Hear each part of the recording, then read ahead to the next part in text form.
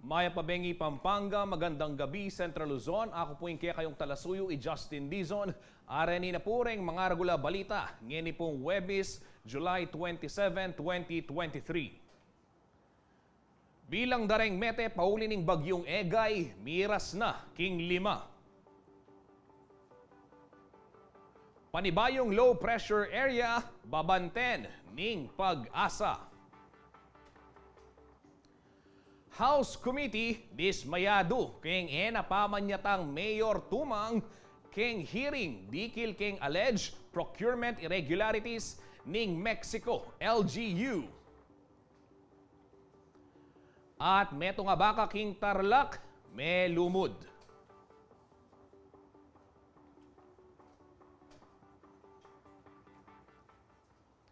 Kabalen, miras no po king 5 katao ring mete, king mabilog a Pilipinas, king kasalungsungan na puning pamanalasa ng bagyong Egay.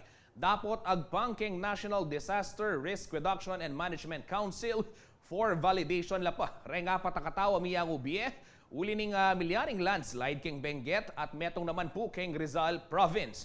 Adwano man deng may record na injured pauli ning alangpat ng pamanuran, daralaning abagat apeksik na nga na pang Egay.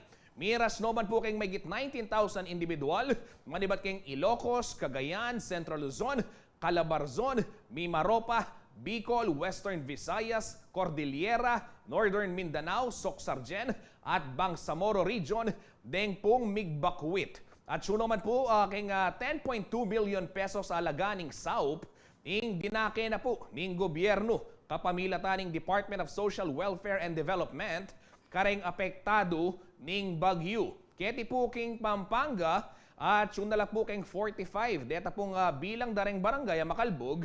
Base na rin po yan king data ning Provincial Disaster Risk Reduction and Management Office.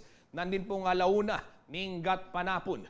15 po kareting at suking Balening Makabebe, 15 mo naman king Masantul, 8 king Minalin, at king San Simon at metong keti po king syudad ning San Fernando.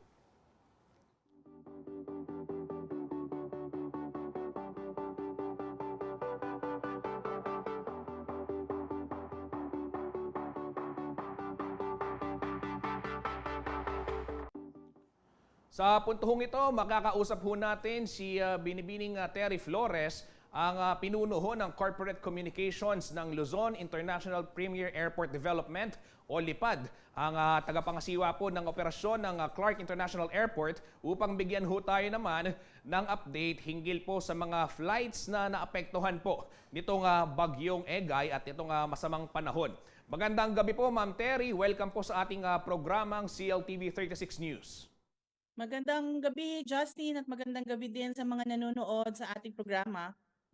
Opo. Ma'am, kumusta ho yung operasyon ngayon dyan sa May Clark International Airport? Meron po bang mga apektadong flights dahil na rin siyempre sa masamang kondisyon ho ng panahon natin? Nako, mabuti nga at wala namang masyadong apektadong flights, no? Merong kaunting mga na-delay pero hindi naman natin matatawag na talagang naabala yung ating mga pasahero dahil tumuloy naman yung mga flights nila. Meron tayong 4 na canceled flights pero ito yung papunta dun sa ating mga island or beach destinations katulad ng El Nido, Busuanga at Puerto Princesa. Other than that, Justin, normal yung operations natin. Tuloy-tuloy ang paglipad at paglapag ng mga flights dito sa Clark International Airport. Opo. Ma'am, ito hong 4 na flights na to. Ano ho yung pwedeng gawin itong mga nakapag-book na ng ticket dito sa mga flights na to para rin alam ho nila yung kanila hong next steps, ano?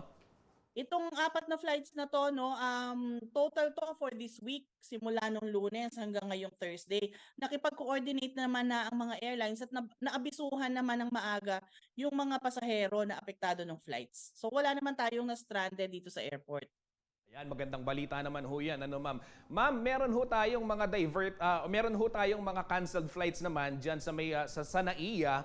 Ito ho ba meron ho bang mga na-divert diyan sa ating paliparan dito sa Pampanga at apektado rin ho ba tayo ng mga pangyayari naman doon sa paliparan sa Metro Manila? So far, wala tayong reported na diverted flights dahil na-cancel sila sa NAIA. Ang mga diverted flights na napunta dito sa atin, tumigil pansamantala para mag-refuel pero tumuloy din dun sa kanilang mga final na destinations. Opo. Ma'am, ano-ano na lang po yung mga iba pang o ginagawa na paghahanda at adjustments po ng pamunuan nito pong Clark International Airport upang sa gayon ay matiyak din ho yung kaligtasan ng mga babiyahe at paalala na lang siguro sa lahat ng mga kababayan din natin na hindi naman maiiwasan syempre yung may mga business trips, may mga lakad na kailangan puntahan. Ano ho yung dapat nilang paghandaan ngayong lilipad ho sila? Oo. Justin, ngayon, alam mo dito sa Clark International Airport, meron kaming tinatawag na diversion protocol. So pag may mga ganitong panahon, alam na ng mga tauhan natin kung ano ang gagawin at kung paano maa-assure na maayos ang paglipad at paglapag ng mga pasahero natin. Ngayon, yung mga aalis po, may biyahe papunta dito sa Clark International Airport. Although pagdating nyo naman dito sa terminal, maaliwalas na yung pagpasok nyo, ina-advise din po natin mag-allot ng oras papunta dahil nabalitaan po natin ngayon lang, no, may mga daan na baha. So may mga bus na ata na umiikot sa ibang daan. So medyo para din maiwasan na ma-delay yung pagdating nyo dito mismo sa airport, agahan na lang po natin. Ayan, maraming salamat po, Ma'am Terry Flores, ang pinuno ho ng Corporate Communication ng Lipad, ang tagapangasiwa po ng operasyon ng Clark International Airport. Thank you po, Ma'am.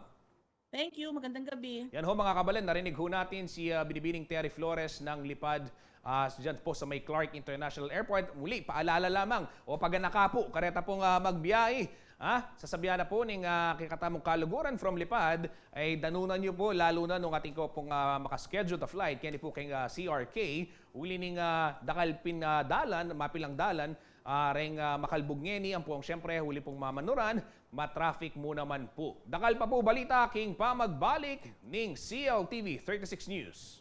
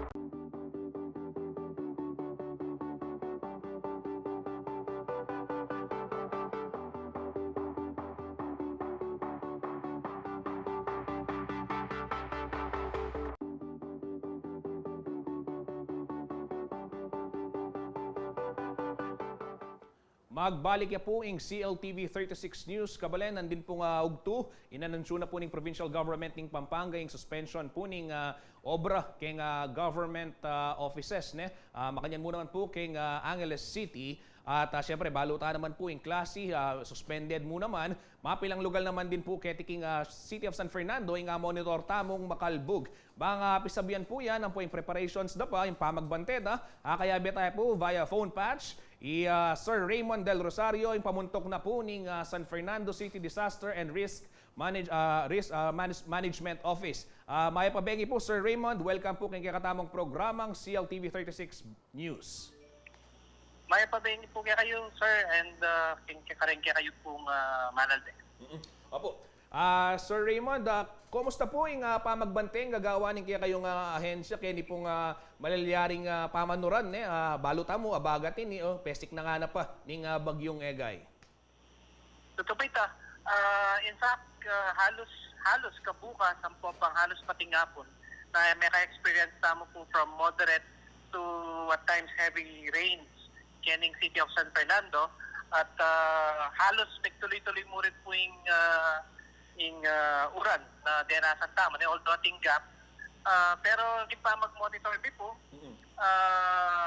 ating mapilan pa rin ding naturally low-lying areas tamo in the city may ka-experience na pong pamag-albog ang po pang may ka-experience tamo pong flash flooding karing mapilan major roads tamo in the city pero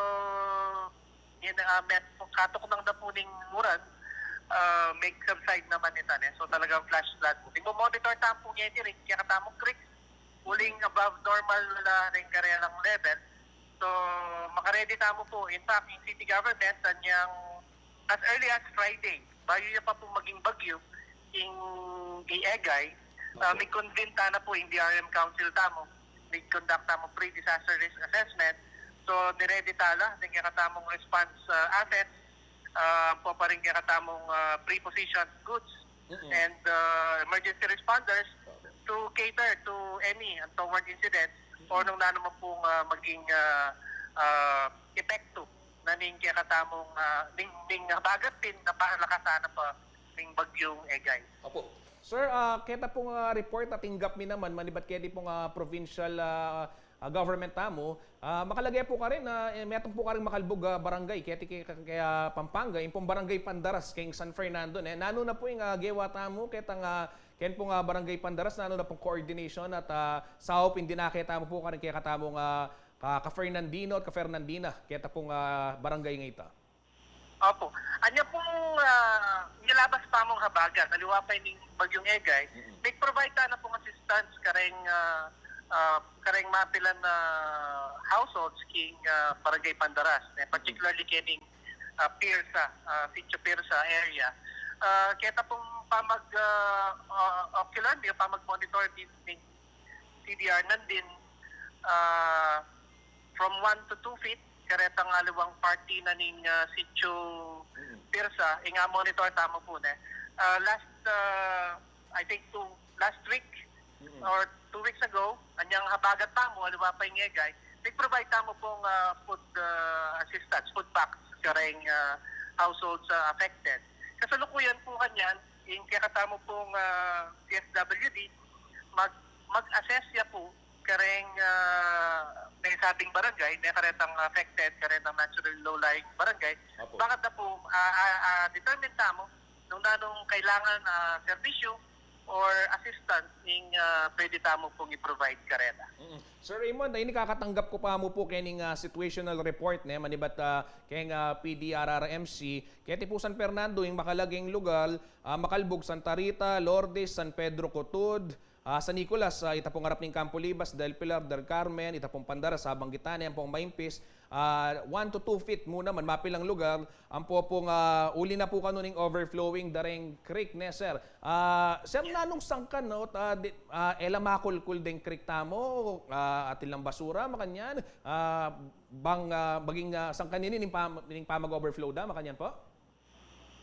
Actually, itamo po King City of San Fernando, yung desilting activities tamo po year-round, Yung katamong major river system, which is yung San Fernando River. Then po kareng creek tamo, atin tamo rin pong detang lilinisan, kareng kiklear, kareng na naman debris. Po. And of course, din kung barangay tamo, they are also tasked to keep our creeks, kareng-karelang area of responsibility, clear of any obstructions or basura. Unfortunately, tapit po, uling pinking pilanang Domingo, experience tamoy pamag-uran. So, syempre, medyo masasaturate siyang danom yung kakatamong gabang pa rin creeks. And itapin, makakontribute ketang bagit kupinan din atin mapila na Chris na above normal level na la atin tin portions na kring yung Santa Teresita nepo ding ampo pang kining bandang barangay na ing Pampanga Lourdes na atin tang monitor na mag overflow ng bagya nepo. Although then monitor na lang po and coordinated lang po kaya katamong City Engineering Office para nung kailangan natin clearing operation na gawan ang po pa po kaya katamong sentro ng tigpindetang basura. Unfortunately, tinta pa rin na-note makanita. Nepo, papaklear na po bang kanita makadaloy masalese in danom na supposedly dumalan kaya pong creeks tamo papunta kay katamong main drainage which is the San Fernando River. Opo sir. Wapin balumi rin po itang programa siyempre ni Senron deta pong paganakada kay katamong Memalan Fernandino itang manog seng basura lakwas na deta pong plastic karing waterways o mas kinoka rin uling mirarasla rin karing waterways maging sangkanda po ring albog. Sir paganakana mo po karing kay katamong ka Fernandino at ka Fernandina nung at least po at nung atin lang kailangan king panahon ngayon makananoda kayo po contact na ano po yung dapat ng pagsadyan mo naman uling atamupin po patutok ng mapilang pamanuran mo naman uli na po nining bagyong Egay ang po itang bistaman nilwal kay PAR atin babanten na low pressure area. Yes po. Opo karon po kaya katamong kabalen po karing kaya pong manalde. Siyempre yung panabilin tamo po na talagang panahon na ning kauran po niya pin maka-experience tamong ding bagyo po pang lalo ning habagat hanggang alang bagyo. So, i-ready tala mo po nung atsyuta mo po makatuklang tamo para ito talagang naturally low-lying na talagang mababa tamo, gindalan. Nung pwede tamo pong makalipat yung mas mata sa lugar, nung atin tamo kamag-anak, na pwede nga pakisapyan, pwede tamo lumipat or in close coordination niya po, yung katamong CSWD, kareng kaya katamong barangay, pwede tamo po magpa-assist yung barangay and then yung CSWD po pwede talang sopan na pwede lang ilikas nung kinakailangan. So, i-ready tayo mo po yung sarili tayo. Kitang kaya katamong go back na detang tuturo tamong emergency preparedness kit na ating laman pamangan, panulong, portatic dokumento, radyo, flashlights, na nung sakaling kailangan tamong lumikas talaga, pwede tayo pong punan nitang bag at then we go. Nya pausan tayong go bag. And ang lamanan nitang go bag ay dapat survive na katamo for at least 3 days. Nung nanot na naman po at ating pong emergency or any untoward incident, pwede pong i-house kaya kami 24/7 po through 961 Help or 961-4357. Ready po yan on a 24/7 basis. Apo. Sir Raymond, tagal kayo mo King oras City at mo bang kabalen migbakwit o linikas at saka ring evacuation centers kaya tiking Ciudad San Fernando? Kasalukuyan po as we speak, ala pa po may displaced households. King pong monitoring tamo at sila pa rin ka rin babale-bale. Although sabi ko patuloy na lang assess then kaya katamong social workers apo pa rin kaya katamong aluwang responders bangkanita po nung kinakailangan talaga pwede tamo pong mag-conduct preemptive evacuation. Okay, dakala. Salamat po Sir Raymond Del Rosario, yung pamuntok na po ng San Fernando CDRRMO. Sir Raymond, mimingat kayo po at dakal pong salamat kaya kayong pamag-rescue at pamag-on the go adapin para po asopan la rin kaya katamong kabalen. Opo. Dakal pong salamat Sir Justin at mimingat kayo rin po. Thank you po. Yan po kabalen, dimdam taya po Sir Raymond Del Rosario ng CDRRMO Kenti po San Fernando. Ita pong pega na kana. Reta pong go bag na importante pong taga na ita. Pong aliwa namang balita. Ini po may lumudya po ing meto nga baka. King Concepcion Tarlac. Ngini mo pong Webis. 27 ning Hulyo. Agpangpukang Chester Paul Cunanan, LDRMO 3, Operations and Warning Officer. Kukuananda nala, reng mikibandi, reng karelang baka o neng bigla pong mitasing danog.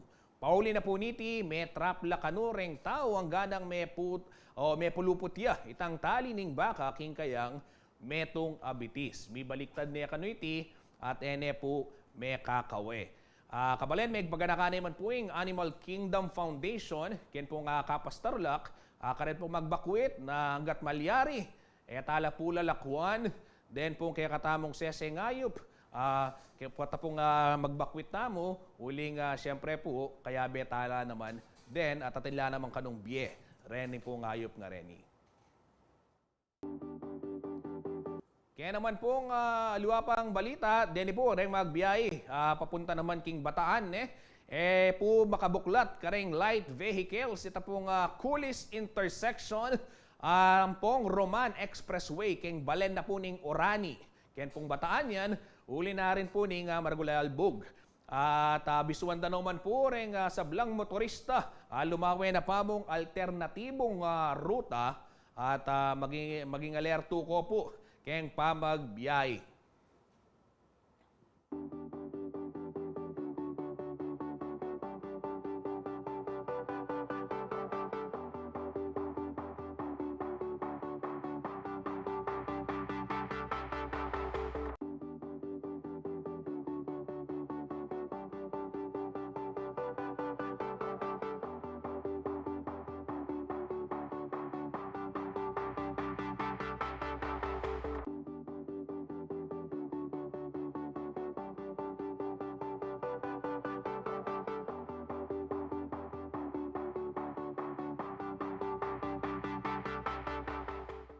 Sa iba naman hong balita, ito ho mga kabalen, mga karihiyon, makakausap ho natin si Ginoong Manny Esguera, ang Chief Weather Forecaster po ng Pag-asa Clark para bigyan tayo ng update kaugnay nga nitong bagyong Egay at itong binabantayang low pressure area na posible rin daw maging bagyo. Magandang gabi po, Mang Manny. Ano ba yung latest batay ho sa monitoring ng inyong tanggapan? Yes, magandang gabi sa inyo dyan, Justin, at sa ating po mga tagapanood. Tuluyan na nga po lumabas ng PAR itong si Egay at ngayon po ay namatahan siya sa layong 280 kilometers dyan po sa may kanluran, hilagang kanluran ng Itbayat, Batanes. Pero nagtatagli pa rin po siya ng lakas na hangin na umaabot pa ng 150 kilometers per hour malapit sa gitna at pagbugso na umaabot ng 185 kilometers per hour. Ito po ay medyo bumagal na naman sa 10 kilometro kada oras na pagbiyahe niya papatungong ng kanluran, hilagang kanluran. Samantala po ay nakataas pa rin po ang babala ng bagyo bilang isa na lamang dito sa mga lugar ng Batanes, northern portion ng Apayao, at dito po sa may Ilocos Norte at ang northwestern portion ng Cagayan, kasama po ang Babuyan Island. So yun na lamang po mga lugar na yan ang merong babala ng bagyo bilang isa. At yun na nga po, pinapalakas po yung hanging habagat na nagbibigay po ngayon ng mga malawakang pagulan at malalakas sa mga pagulan na nagdudulot po ng mga malawakan ding pagbaha. Samantala po ay yung pong sinasabi yung bagyong isa ay namataan na po yan sa layong 1,560 kilometers sa silangan po ng Visayas. At ito po ay isa na pong ganap na bagyo o isa ng tropical depression. At inaasahan nga po na bandang Sabado po o Linggo na umaga ay posible na po siyang pumasok ng PAR bilang isang ganap na bagyo at bibigyan po natin ng pangalang si Falcon. Pero hindi naman po inaasahan na ito ay magla-landfall. Opo. Ayan, Mang Manny, maraming salamat sa iyong update. Isa na palang ganap na bagyo, mga karihiyon. Ito ho nga low pressure area na binabantayan ho natin at oras na pumasok nga ay magiging tatawaging Falcon. Mang Manny, ito ho bang mga pag-uulan hanggang kailan pa rin natin na mararanasan? Wala na ho kaming tuyong damit yung mga tanong ng mga kabalen natin dito. Parehas po tayo at dito po nga po sa San Miguel, malaking parte po ng San Miguel, Bulacan ay nakalubog po kayo sa tubig. At inaasahan pa po yan mga 3 araw. Ibig sabihin, Mang Manny, sa bandang Lunes pa natin, tama ba? Bandang Lunes pa natin masisilayan si Haring Araw? Yes po, posible pong sa linggo baka masisumilay na si Araw. Pero sumusunod nga po itong si Falcon at posible rin po niyang hatakin itong habagat. Pero hindi naman po siguro kasing lakas ang paghatak ni Egay. Okay, maraming salamat po, Gidong Manny Esguera. Mag-ingat ho kayo dyan sa San Miguel, Bulacan at kumusta ho sa ating mga kababayan. Welcome po at magandang gabi. Yan ho mga kabalen, dimdam tayo po Sir Manny Esguera, yung Chief Weather Forecaster na po ng Pag-asa at itapin po nga sa babantendang low pressure area nandin, Pasibaywan Kemo, metong na pong bagyo at saan pong over the weekend lumubya king Philippine Area of Responsibility o sandeng bagyong Falcon. King aliwa naman pong balita migbabalala, reng mapilang kongresista, miyembro ng House Committee on Public Accounts, kang Mexico Mayor Teddy Tumang. Pauli na po ning ENA pamandatang king milaba sa hearing dikil king issue ning alleged procurement irregularities Bismayado ya kanu Surigao del Sur 2nd District Representative Johnny Pimentel uling palto ing alkalde niyang Miyerkules July 26 bang mamie depensa at makibat personal karingkutang dikil king purchase request ang pong bidding mamabot 149 million pesos minuna na pong question ng Commission on Audit o COA. Patse pakano dinatang itumang king tutuking hearing posibliya kanung ma-cite in contempt of court malyaring magresulta naman king warrant of arrest. Baka sadya nala naman kanung mag-isyong sabina kang tumang. Mego pisaya po yung isyong iniyan yung mig-file yung complaint affidavit Ernesto Punsalan.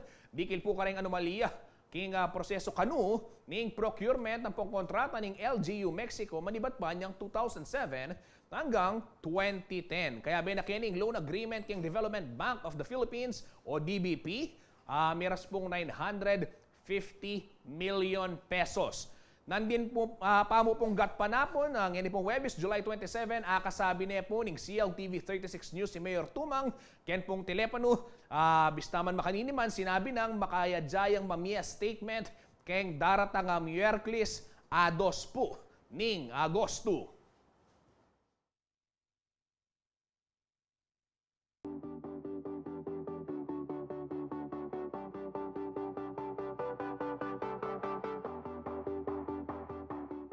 King iliwan naman pong balita, balaos po yung pamagsadya ng Commission on Election. Kini pong barangay and sangguniang kabataan election na marapat po kay October 30. Nung nanula po rin karelang paganaka, kareng bisang manungkulan o bisang tagal kay barangay elections, pakibaluan po kay report ini. Malaos netaga na yung barangay at sangguniang kabataan elections king 30 ng Oktubre ngayon Banwa, agpangking Commission on Elections o COMELEC. Migpalwal na rin kasing desisyon ng Korte Suprema niyan June 27, 2023 asasabing unconstitutional na nung mibalang pasibayo in pamagbotong barangay leaders. Agpangkang Attorney Elmo Duque, Assistant Regional Director ng COMELEC Central Luzon, balaos ng karelang pamagsadya para king BSKE 2023. Ngayong araw na ito, nagsimula na tayo yung tinatawag natin na pagseselyado ng mga listahan, pag-check, verify, at pagseselyado ng mga EVs, yung tinatawag natin na listahan ng mga botante sa bawat barangay. So yan, pinag-ahambing, tinitingnan kung mayroon bang nawala, mayroon bang naidagdag na hindi dapat. Ayan, so kinukonfirma yan bago seselyaduhan. Karang bisang tagal barangay captain o kagawad, dapat kanong siguraduhan na meto kayong Filipino citizen at edad 18 patas. Rehistradong botante at manungkulan bababaking pabanwa, bayo ang election king lugar nung nokaran bisang manungkulan. Dapat mo ring makapamasa at makasulat kayong Filipino o na namang lokal amano ang timong Kapampangan. Para naman karing interesadong luban ng sangguniang kabataan, dapat at suko king age limit 18 to 24 years old at alaka nung kamag-anak ka makaposisyon king gobyerno. Prohibition against yung tinatawag natin na relationship sa incumbent elective official within the second degree of affinity or consanguinity para maiwasan natin yung tinatawag natin na political dynasty.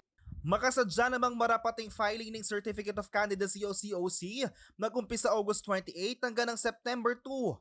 Kaya be karing rekasito sa dapat isubmit ng COC ay ang documentary stop maribat king BIR, amikalagang 30 pesos sa 2x2 ID picture. Kailangan niya naman kanuiting pang notaryo.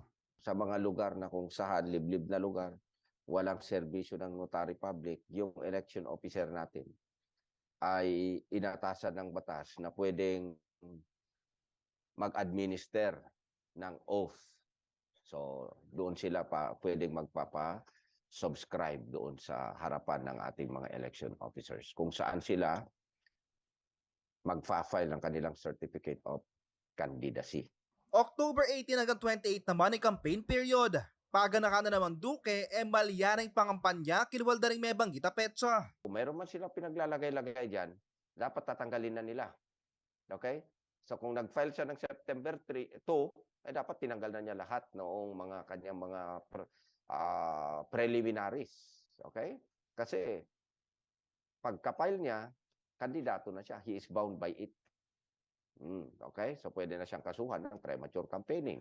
And of course, the penalty is 6 years in prison, 1 year to 6 years imprisonment and not subject to probation and disqualification to hold public office. Magbantela naman kanukin mismong eldoning eleksyon para karing magbalak man yaling boto ang pong mamurait.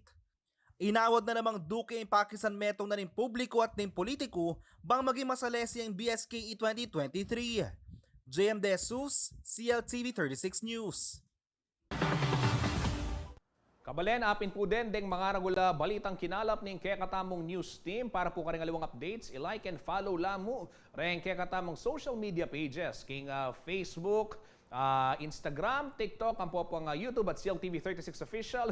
Katintamo rin at CLTV36 News. King Facebook, Twitter naman at CLTV36 and at CLTV News. Malyari kayo naman pong munta king Kekatamong website www.cltv36.tv. Ayalben la po, rank programa ng CLTV nationwide po kabalen. Via Signal Channel 115, kaya naman Central Luzon. Kaning kaya katamong 39 cable partners. Ang po syempre king Free TV Channel 36. King Laguna po, ning mabilog a CLTV 36 News and Current Affairs. Ako po yung kaya kayong talasuyo Justin Dizon. Ini po yung CLTV 36 News. Dakal pong salamat.